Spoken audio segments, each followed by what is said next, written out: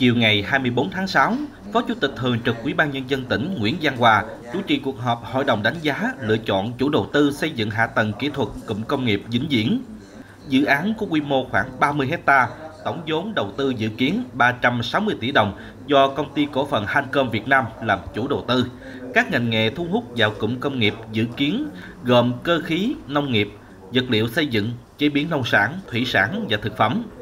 Phát biểu tại cuộc họp, ông Nguyễn Giang Hòa, Phó Chủ tịch Thường trực Ủy ban Nhân dân tỉnh ghi nhận sự quan tâm của công ty đối với việc phát triển cụm công nghiệp tại Hậu Giang. Bên cạnh đó, đề nghị Sở Công Thương tỉnh và chủ đầu tư dựa trên những góp ý của hội đồng tại cuộc họp để hoàn chỉnh hồ sơ dự án, trình hội đồng thẩm định và thông qua để tiến hành bỏ phiếu. Phó Chủ tịch Thường trực Ủy ban Nhân dân tỉnh yêu cầu Ủy ban Nhân dân huyện Long Mỹ cần hỗ trợ chủ đầu tư trong việc bố trí khu tái định cư cho những hộ dân bị ảnh hưởng bởi dự án.